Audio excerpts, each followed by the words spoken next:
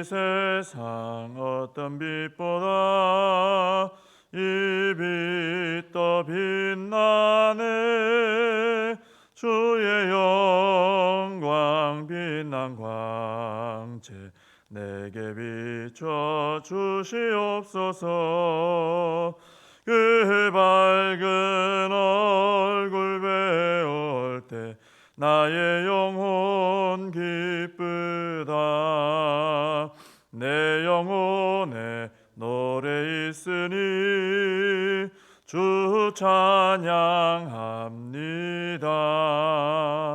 주 귀를 기울이시사 다 듣고 계시네. 주의 영광 빛난 광채 내게 비춰 주시옵소서. 그 밝은 얼굴 배울 때 나의 영혼 기쁘다. 내 영혼의 봄날 되어서 주 함께 하실 때 그 평안 내게 깃들고 주 은혜 꽃피네. 주의 영광 빛난 광채 내게 비춰 주시옵소서.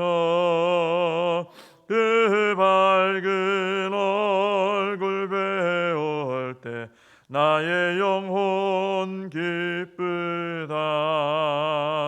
내 영혼에 희락이 있고 큰 소망 넘치네. 주 예수 복을 주시고 또 내려주시네. 주의 영광 빛난 광채 내게 비춰 주시옵소서. 그 밝은 얼굴 배울 때 나의 영혼 기쁘다. 사도신경으로 신앙 고백하시겠습니다.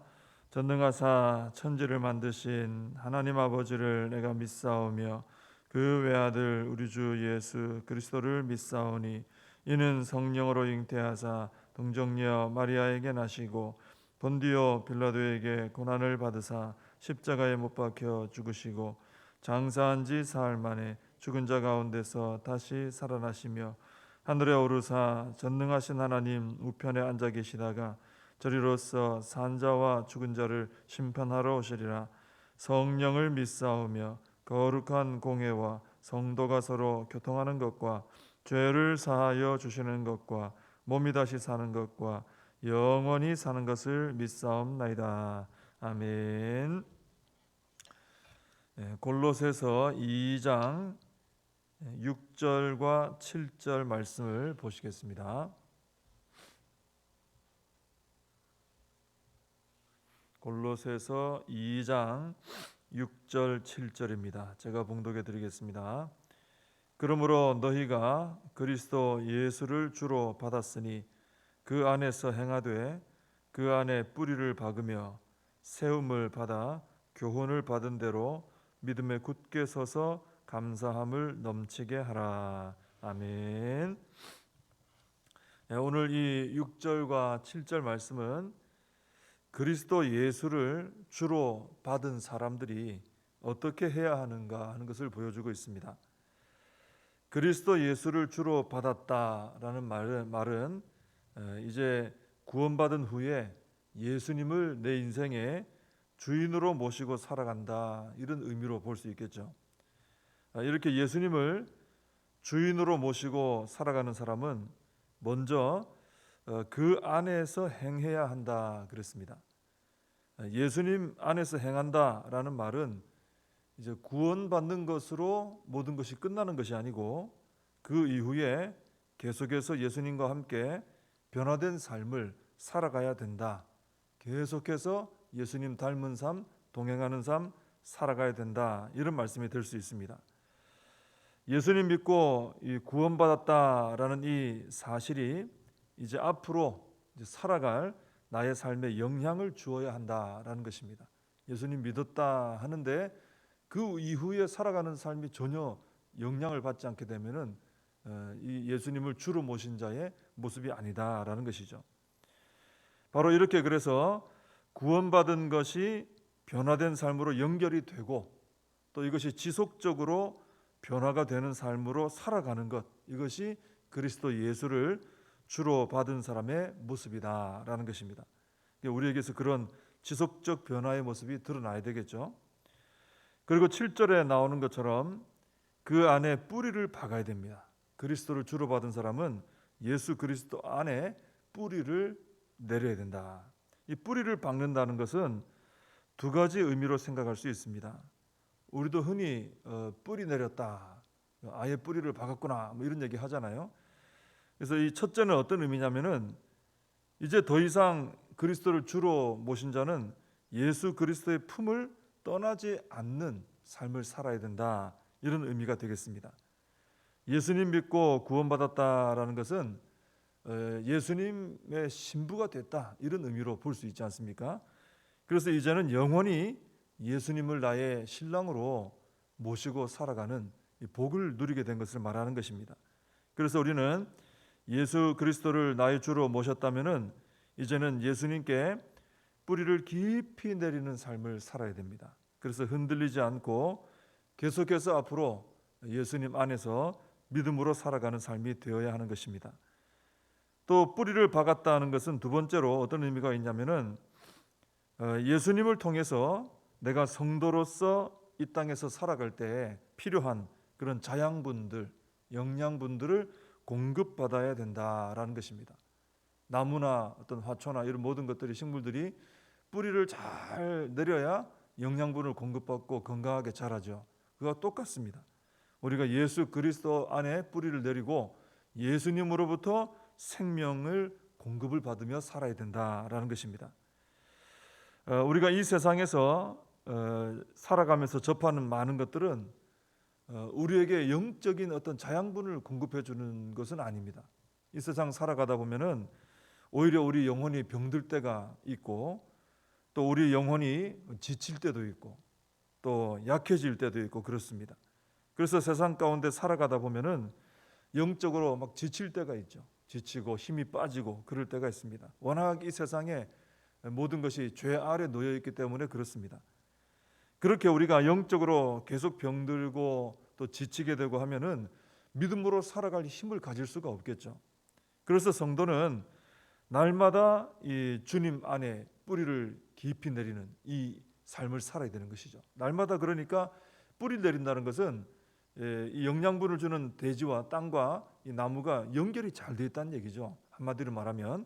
그래서 성도는 주님께로부터 생명력을, 영적인 생명력을 공급받아 살아가기 위해서는 날마다 우리 주님과 깊이 만나는 은혜의 교제의 시간이 꼭 필요하다는 것이죠. 내가 나의 주가 되시는 예수님과 좋은 관계를 이루는 이런 삶, 이것이 날마다 이루어져야 된다는 것입니다. 이게 기계적으로 이루어져서는 안 되고요, 형식적으로 이루어져서는 안 되고, 이것이 아주 인격적으로 우리가 사람과 사람이 만날 때 인격적인 교제, 만남이 되잖아요. 그것처럼 예수님과도 그런 인격적 교제, 주님 하고 부르고 주님께서 왔느냐 그러고 이제 안아주시고 얘기해 주시고 우리는 듣고 순종하고 하는 이런 주님과의 인격적인 교제가 있어야 된다라는 것입니다. 그렇게 되면은 다르죠. 세상에서는 우리가 지치고 영적으로 힘을 잃어버리고 이럴 때 많지만 예수님과 교제를 하면 예수님 사실 생각만 해도, 예수님 이름만 불러도 우리의 영에는 놀라운 새 힘이 공급이 되는 것입니다. 그 힘이 있어야 우리가 믿음으로 이 땅에서 살아갈 능력과 지혜를 얻게 되는 것이죠. 그래서 우리는 그리스도를 주로 받은 자답게 이제는 그 안에서 행하고 또 예수님께 깊이 뿌리를 박아서 내려서 생명을 공급받아 살아가야 된다라는 말씀입니다. 그 다음에 그리스도 예수를 주로 받은 성도는 그 안에 세움을 받아, 이제 뿌리를 박은 다음에 세워지죠. 그 다음 교훈을 받은 대로 믿음에 굳게 서라. 세움 받고 굳게 서고, 이런 말씀이 나옵니다. 이것은 이제 뿌리를 잘 내리는 것뿐 아니라 잘 자라나서 튼튼한 이 건물처럼 세워져야 된다는 것입니다. 우리 믿음이 예수 그리스도께 뿌리를 받고 잘 세워지고 이 튼튼하게 세워지는 이런 열매가 있어야 된다라는 것입니다. 자, 그런데 우리의 믿음이 이렇게 굳게 잘 세워지기 위해서는 거기 나온 말씀 중에 교훈을 받은 대로라는 말씀이 중요합니다. 교훈을 받은 대로. 이 말씀은 우리가 믿음이 잘 세워지기 위해서는 하나님의 그 진리의 말씀을 제대로 배워서 그 진리의 말씀을 따라 믿음이 세워져야 된다, 이런 의미가 됩니다. 아무리 열심히 해서 뭔가를 세워놔도 그게 바벨탑이 되면 무너지는 것이죠. 아무리 잘 세워놨다 해도 만약에 그게 이단적인 어떤 이단의 교리를 따라 세워졌다, 그러면 그것은 나중에 다 무너지는 일이 된다라는 것입니다. 그래서 우리가 예수님께 뿌리를 박은 후에 잘 세워지기 위해서는 하나님의 이 진리의 말씀으로 우리가 세워져야 됩니다. 말씀으로, 이 성경 말씀으로 세워져야 되는 것이죠. 그래서 이 이단도 성경 가지고 있습니다. 그래서 중요한 게 뭐냐면은 성경을 바르게 배워야 된다는 거예요. 성경을 바르게 가르쳐주는 또 그런 교회에서의 생활이 중요하다는 것입니다. 그리고 우리 스스로가 이 성경 말씀을 배운 대로 늘 가까이 하여 열심으로 읽고 또 이 말씀을 또 묵상하며 붙들며 또 이 말씀의 가르침대로 깨달으며 또 그 깨달음을 따라 살아가는 이 생활, 성경을 통해서 돌아가는 삶, 이게 굉장히 중요하다는 것이죠. 이것이 잘 될 때 우리 믿음이 세움을 받고 아주 튼튼하게 세워지는 은혜를 체험하게 된다 하는 것입니다. 이렇게 예수 그리스도 안에서 행하고 그 안에 뿌리를 받고 세움을 받아 진리를 따라 믿음에 굳게 서게 되면, 자, 이것이 다 예수 그리스도를 주로 모신 우리가 믿음으로 서는 그런 모습들 아닙니까? 이게 잘 되면 7절 마지막에 나오는 것처럼 감사함이 넘치는 삶을 살게 된다라는 것입니다. 감사가 넘치는 삶을 사는 것은 축복입니다. 큰 복입니다. 한번 우리의 삶을 돌아볼 때 늘 힘들고 짜증나고 고통스러울 때도 있어요. 근데 감사가 넘친다, 내 삶이 얼마나 축복입니까? 감사가 넘치는 게 복이거든요. 감사가 넘치는 삶을 사는 사람들은 굉장히 밝습니다. 감사가 넘치는데 사람이 우울해져 있고 그러지 않죠. 또 감사가 넘치는 사람들은 힘이 있어서 어려운 일이 닥쳐와도 잘 극복해냅니다. 그리고 감사가 또 감사를 낳습니다. 감사는 감사를 낳고 기쁨은 또 기쁨을 낳고 소망은 소망을 낳고, 그래서 감사가 감사를 낳아서 더 풍성한 감사의 삶을 살아가게 됩니다. 이 감사를 통해서 주시는 하나님의 복을 풍성하게 받게 되는 거죠. 늘 그래서 마음에 감사가 있고 입에서 감사와 찬양이 나오고 이 사람 정말 복받은 사람인 것이죠. 복 가운데 살아가는 것이죠. 근데 이렇게 복된 감사의 삶은 믿음과 직결되어 있다는 겁니다. 내 믿음의 건강 상태와 감사는 직결이 되어 있다는 거예요.